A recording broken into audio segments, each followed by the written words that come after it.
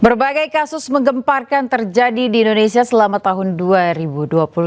Mulai dari pembunuhan anggota TNI oleh senior, terungkapnya sindikat penjualan anak lintas negara, misteri kematian diplomat Kementerian Luar Negeri hingga kasus dugaan perselingkuhan Ridwan Kamil. Berikut kami sajikan kasus hukum dan kriminal sepanjang tahun ini. Penguasa Indonesia, di mana kau? Yang bertanggung jawab Indonesia, mana tanggung jawabmu? Yang bunuh anak saya TKI, saya nggak tahu dia tentara bukan, tapi dia sifatnya TKI keji. Sempurna, anak masuk harus pecah. Manusia hati iblis.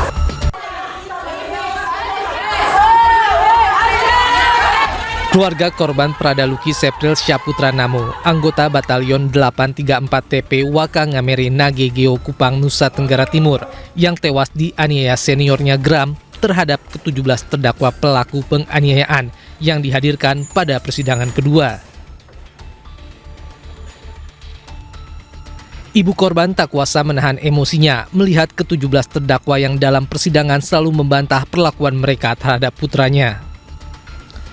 Pradaluki tewas diduga disiksa belasan seniornya. Sekujur tubuh korban mengalami luka memar dan ada luka bekas sayatan di tubuh bagian belakang.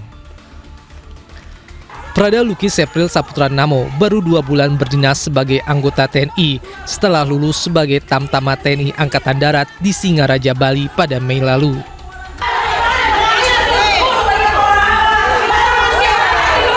Sementara teriakan tak terima dari keluarga almarhum Pradaluki Namo mewarnai sidang lanjutan yang digelar di Pengadilan Militer Kupang, Nusa Tenggara Timur. Keluarga korban meneriaki penasihat hukum terdakwa usai membacakan pledoi atau nota pembelaan.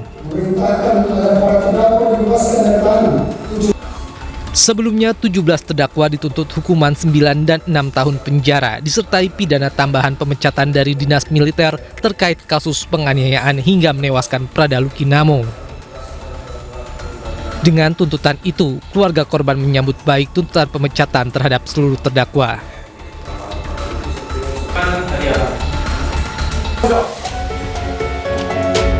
Masyarakat Indonesia dihebohkan oleh kasus penculikan anak yang melibatkan sindikat perdagangan manusia. Penculikan seorang anak perempuan asal Makassar merupakan kejahatan terorganisir.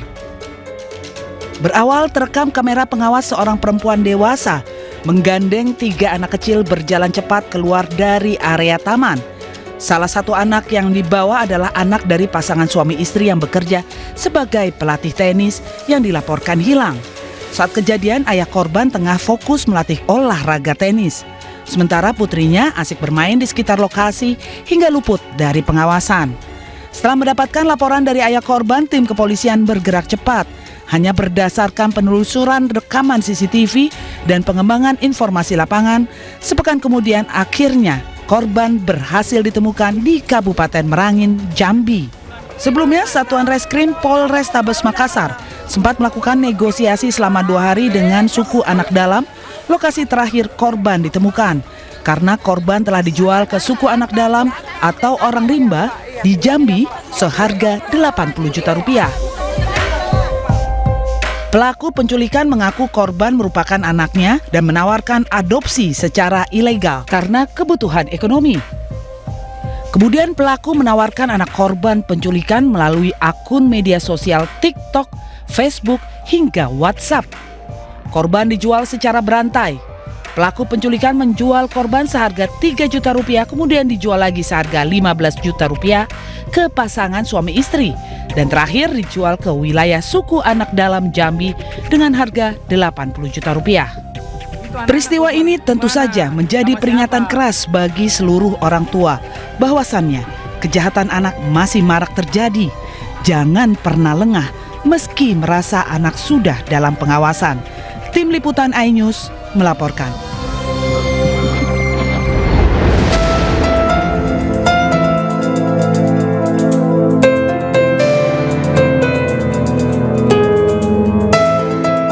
Kasus kematian diplomat muda Arya Daru Pangayunan menghebohkan publik.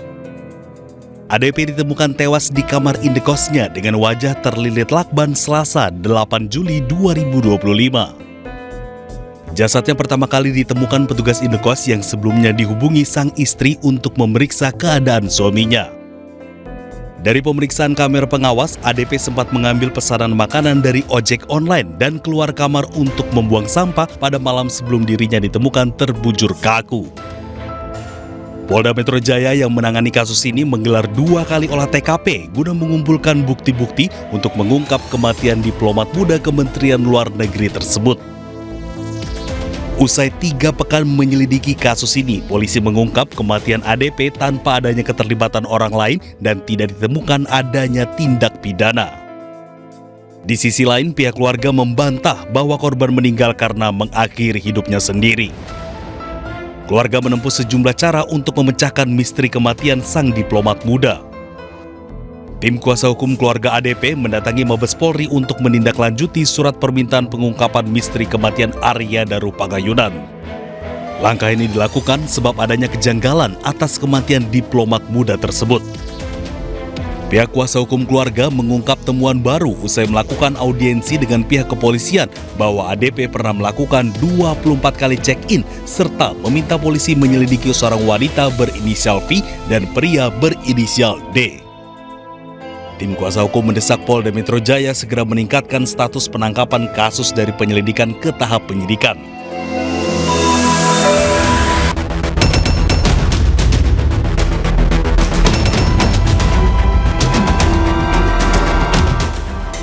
Akhir Maret lalu, kasus dugaan perselingkuhan mantan Gubernur Jawa Barat Ridwan Kamil atau RK dengan Lisa Mariana menghebohkan jagat maya.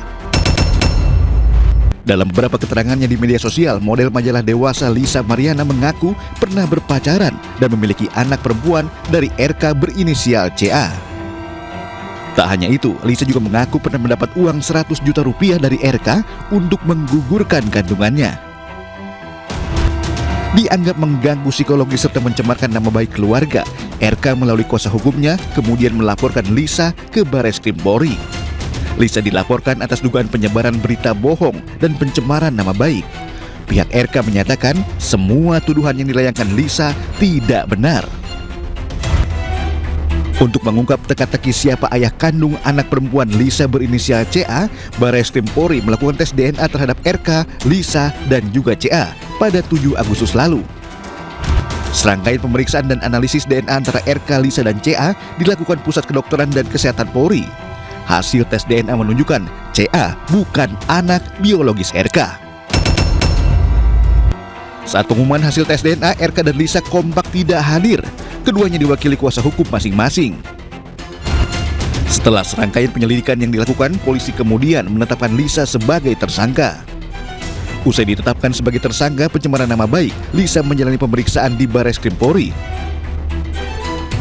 Kendati berstatus sebagai tersangka, tidak dilakukan penahanan maupun wajib lapor. Polisi menyebut alasan tidak ditahan lantaran kasus menjerat Lisa, ancaman hukumannya di bawah 5 tahun penjara.